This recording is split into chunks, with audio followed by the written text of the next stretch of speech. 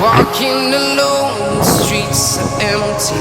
The only thing I can see is my own self. Oke, selamat sore semua. Ya, gue ngevlog sambil jalan pulang ya. Oke, jadi sekarang gue mau cerita nih masa lalu gue. Masa lalu apa sih? Ya, gue bakal cerita tentang motor apa sih yang pernah gue pakai sama ini ya, dari gue belajar naik motor apa, ke sekolah dari SMP naik motor apa, itu gue bakal cerita di sini. Oke. Untuk yang pertama, motor pertama gue itu gue pakai latihan aneh ya gini ya. Gue nggak latihan di jalan atau di ganggang. Gue latihannya tuh di dalam mimpi gitu. Aneh nggak sih? Jumlahnya aneh nggak sih? Aneh ya? Aneh kan? Jadi gue tuh kayak latihannya tuh di dalam mimpi gitu.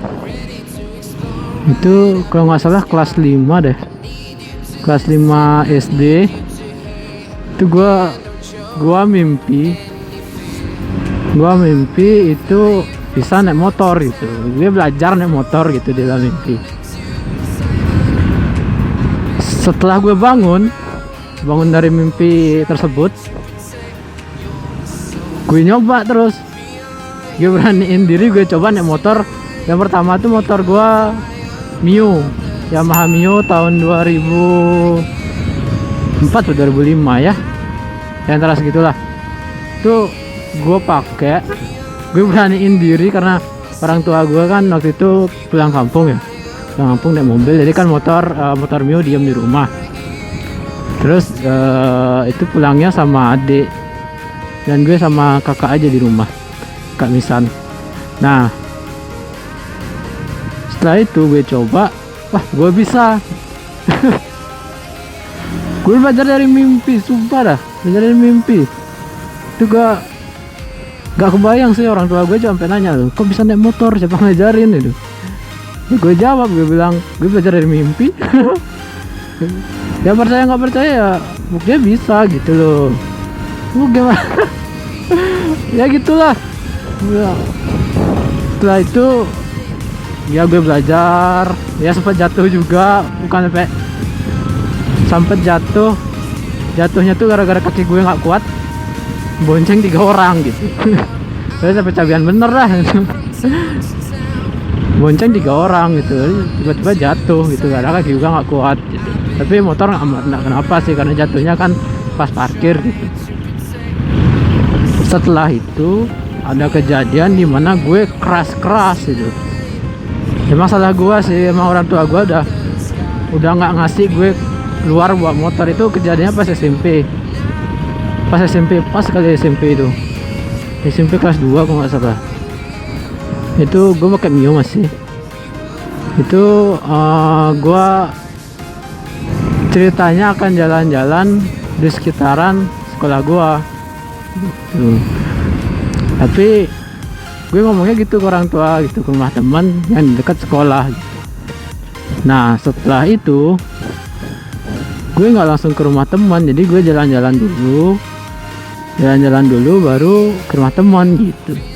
Nah nggak tahu kenapa, memang sih motornya ada trouble waktu itu, ada di bagian rem depannya itu lolos gitu. Dia udah mencet rem tapi dia nggak mau ngerem, tapi itu lolos gitu. Nah setelah itu ya gue paksa bawa gitu. Dia bilang gue ke rumah teman aja kok, dekat sini gitu.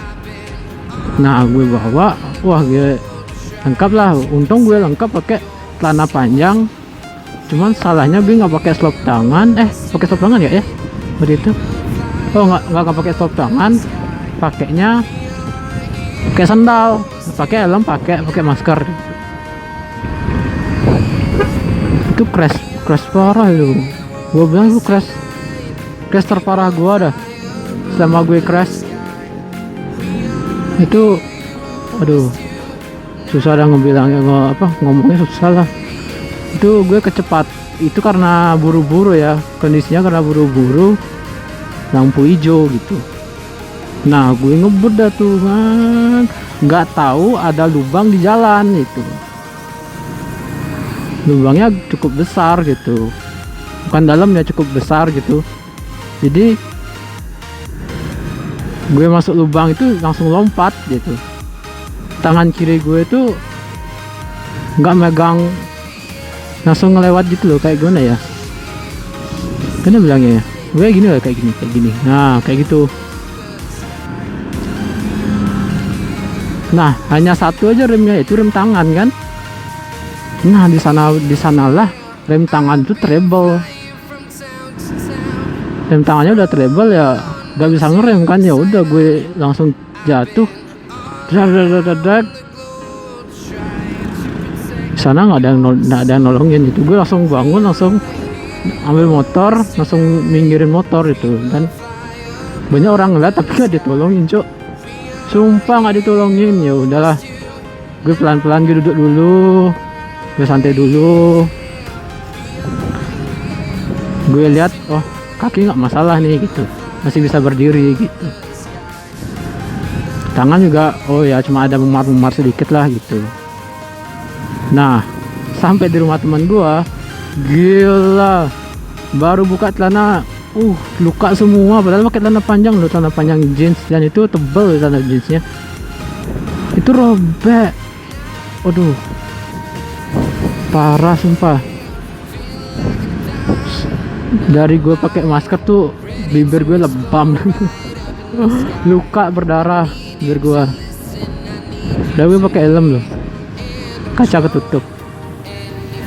Dari sana lah gue, aduh kapok gue pakai motor. Sampai rumah gue dimarahin bapak gue, ibu gue marahin.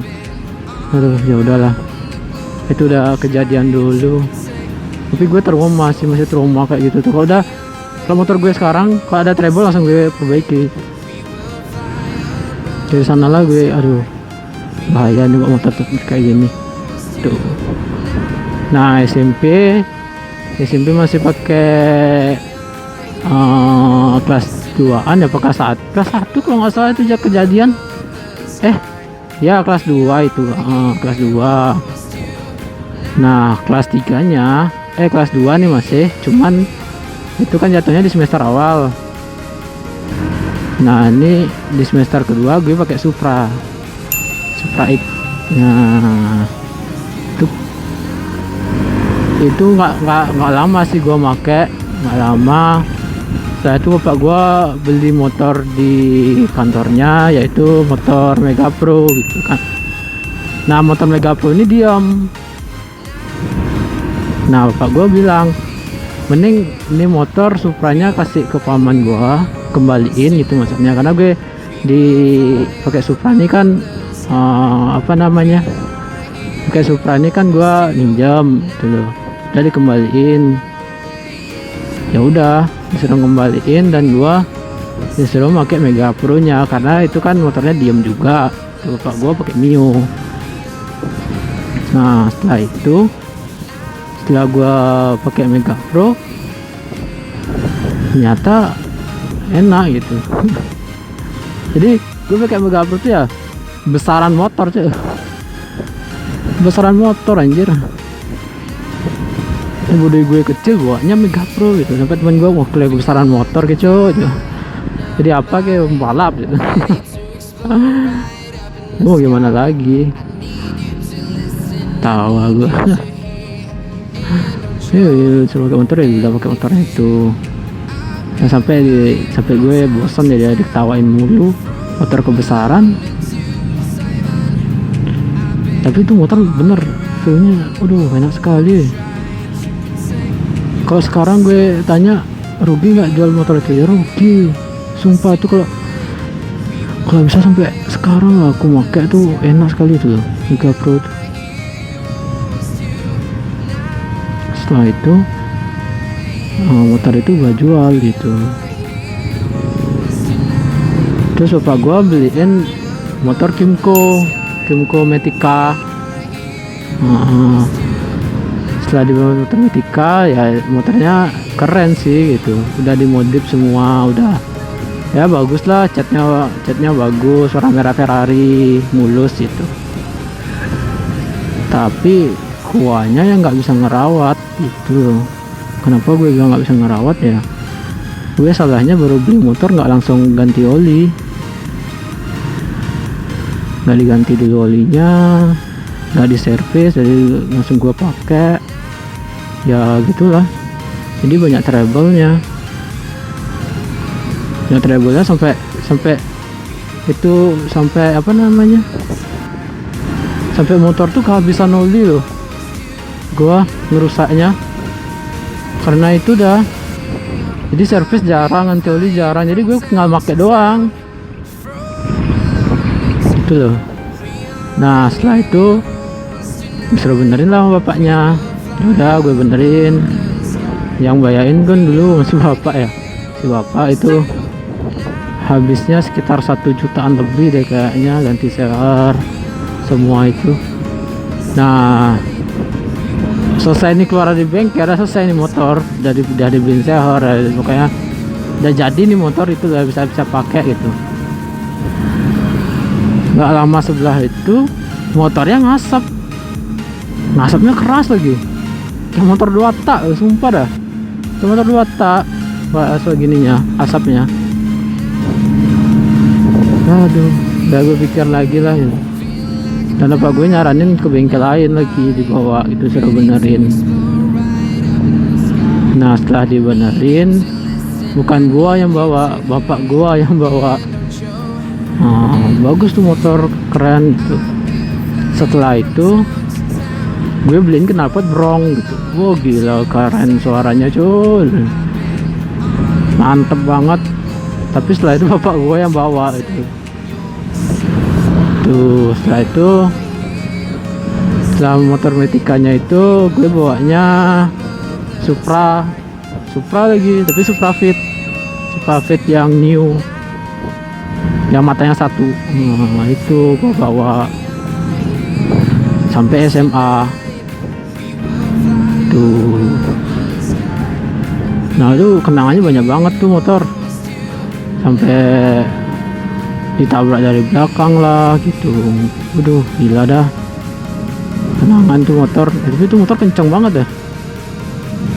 Tapi gue rawat motornya, gue ganti oli tiap bulan tuh, keren ya tuh motor. Sekarang awet sampai sekarang. Tapi cuma gue minjem tuh motor teman gue yang punya tuh. Nah setelah itu, setelah gue work profit sekitaran kelas 3 SMK ya, kelas 3 SMK gue ujian praktek tuh gue bawa Vario. Nah bawa Vario, mana tuh Vario nggak terlalu lama juga sih gue bawa Vario tuh.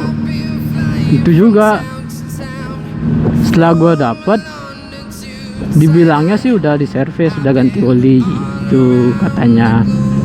Ya udahlah, mungkin udah bagus gitu kan gue pikir. Nah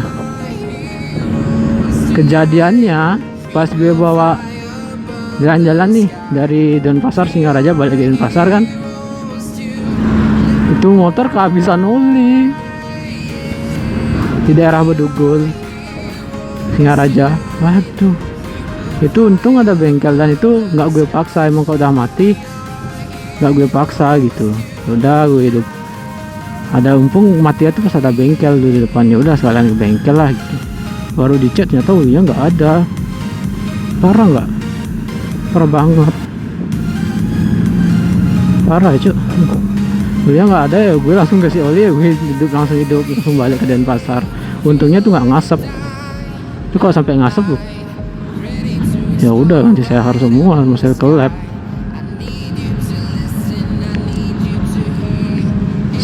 Setelah itu nggak selang lama gue jual tuh motor. Nah akhirnya gue bawa PCX karena hasutan dari orang dealer juga sih. Bapaknya kan beli Beat. Nah ditanya kenapa nggak beli PCX aja, ini ada yang baru gitu, tapi nginden gitu. Ya udah Pak gue beli beat, gue disaranin beli PCX. Ya udah gue mau langsung, udah gue jual, gue tambahin sedikit, tuh Pak gue juga nambahin sedikit. Dapatnya nyicil setahun dan akhirnya lunas gitu. Dan sampai sekarang gue pakai PCX. Ya dikit-dikit gue modif lah. Dia modif juga gara-gara teman gue sih.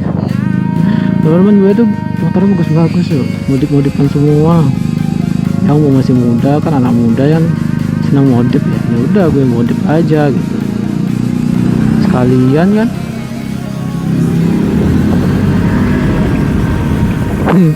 Ya gitulah cerita gue sampai punya motor ini. Ini ya dari motor minjem semua sampai akhirnya punya motor sendiri kan. Ya gitulah, Mas Tungkaro sekali ini hasil kerja gua. Ini pun bantu bapak sedikit, tapi ya ini motor gua, ini motor keluarga, semua boleh pakai tuh. Ini juga dan sampai rumah juga. Jadi cerita gue sampai segitu dulu. Oke, nanti gue bakal cerita yang lain. Aduh. Sialan, hampir gue jatuh anjir. Ya segitu dulu ya. Bye. And to protect your soul.